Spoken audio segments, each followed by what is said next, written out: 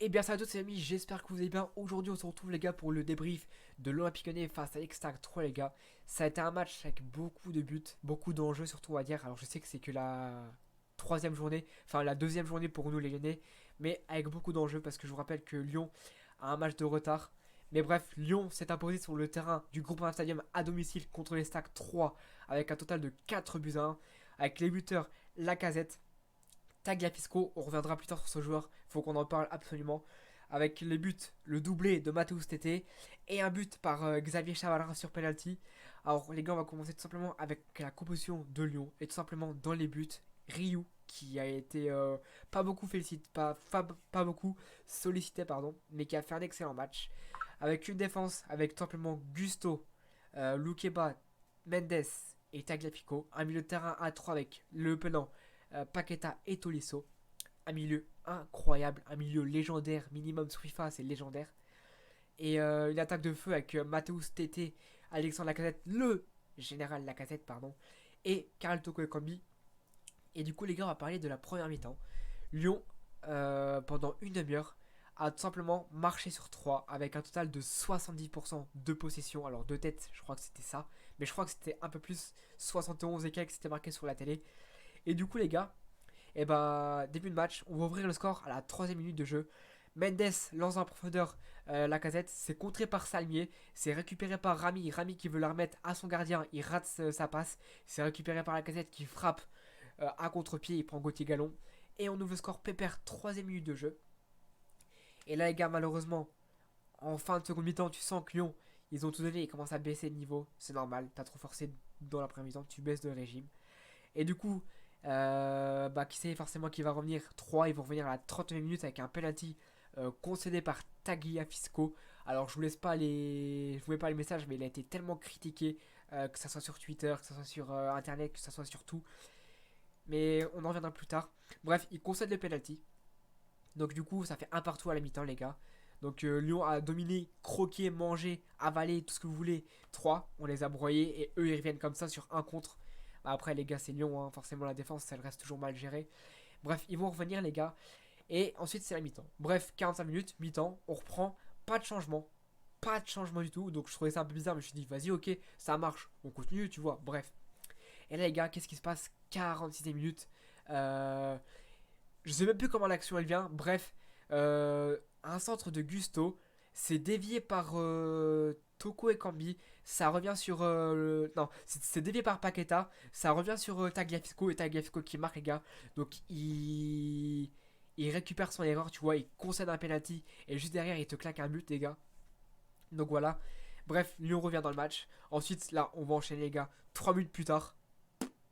Tété qui récupère la balle. Il frappe. But. Ensuite, les gars, non, c'est comment? Oui, voilà, c'est balle récupérée par Gusto. Il la donne à Tété, Tété la donne à la casette qui rejoue en retrait avec Gusto. Euh, voilà, Gusto, il fait la passe à Paqueta. Paqueta rentre dans la surface de réparation. Il frappe. La balle est contrée. Elle part en l'air et elle redescend comme ça. Si c'est Tété qui la récupère, il met une tête pour le 3-1. Et tout simplement, les gars, en toute fin de match, 75e minute, Tété petit festival de crochets. Il rentre dans sa préparation. Crochet par-ci, crochet par-là. Il fait tomber Salmier. Et là, il frappe. Le défense, enfin la défense et le gardien, ils ont rien vu. But. Oh, Tété, il a fait ce qu'il voulait. Limite, il jouait contre une équipe de D1. De Régional 1, pardon. Il est rentré, il a dribblé sa mère, son grand-père, son petit frère. Il est arrivé comme ça, frappe, but. Ce soir, les gars, ce soir, Tété est élu homme du match. 2 buts, une passe D. Il est décisif toutes les 84 minutes. C'est-à-dire qu'il marque en minimum depuis la saison dernière un but par match. C'est tout simplement le dynamique de cette équipe. Alors ok, il y a des Paqueta, et je dis pas, ils sont excellents aussi. Mais là ce soir, Tété a montré que c'était un grand joueur. Il a montré qu'on pouvait compter sur lui cette saison. Mais qu'il fallait pas qu'on se repose trop sur lui. Mais il sera là. Il a fait dire qu'il sera là. Ensuite, venons-en au fait, avec les entrées de Ryan Cherky, Jeffrey Adelaide, Cacré, Enrique et Romain Fèvre. Alors l'entrée que j'ai plus remarqué les gars, c'est Cacré. Cacré direct il est rentré comme d'hab, c'est un chien sur le terrain. Récupération de balle, il a gratté des ballons, passe vers l'avant, passe vers l'avant, passe vers l'avant. C'est ce que je kiffe, c'est ce joueur. C'est ce que je kiffe, la vérité, c'est que ce joueur il joue toujours vers l'avant. Il n'y a pas ce soir, il n'y a pas une seule fois où j'ai vu faire une passe en retrait. Que des passes vers l'avant. Et la deuxième entrée qui m'a le plus convaincu, c'est l'entrée de Ryan Cherki. Il est rentré, 5 minutes, 3 occasions. 2 parades de gardien, une transversale, un poteau. Qu'est-ce que le mec il s'est dit, dans sa tête il s'est dit, ok, je prolonge à l'OL pour une saison avec une en bonus, il faut que je me montre. J'ai 10 minutes pour montrer ça. Il est rentré, 2 parades de Gauthier, une parade d'un défenseur et une transversale, un poteau.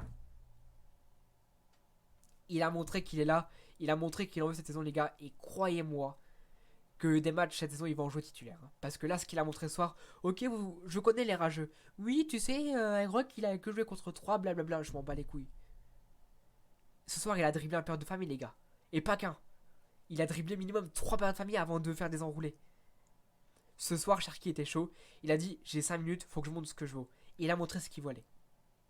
Maintenant, à lui de prendre le dessus sur TT ou sur Paqueta ou sur je sais pas comment il va jouer, s'il va jouer ailier ou 10, je sais pas. Mais ce soir, il a montré qu'il était là et qu'il espère qu'on compte sur lui. Et là, je vous dis, on compte tous sur Cherki cette saison. On joue rien, on compte sur tout le monde. Voilà les amis pour cette vidéo. Je vais juste faire un petit coup passage les gars. Il faut qu'on parle de Gusto. J'ai vu pas mal de gens qui ont parlé de Gusto en disant oui, mais tu sais, Damien, Gusto, blablabla, là, il était remplacé par Enrique. Alors, les gars, il faut qu'on parle de Gusto. Juste Gusto, il était fatigué et il s'est blessé. C'est pour ça que Peter Bosz n'a pas pris des risques, les gars. Il a fait sortir, il a fait rentrer Enrique, c'est ce que j'aurais fait. Voilà pour Gusto. Et là, il faut vraiment qu'on parle d'un point sensible, les gars. On va parler de Nicolas Tagliafico. J'ai vu quoi? J'ai vu plein de personnes qui ont dit oui, alors ok, concède un penalty, ça y est, il est parti, il va nous faire une saison nulle. Et j'ai parlé, les gars, avec une personne qui vient devant chez moi, et cette personne, je la comprends pas, tu vois. Elle me dit, oui, en fait, déjà, je vous explique, la personne, elle supporte le Bayern et Marseille.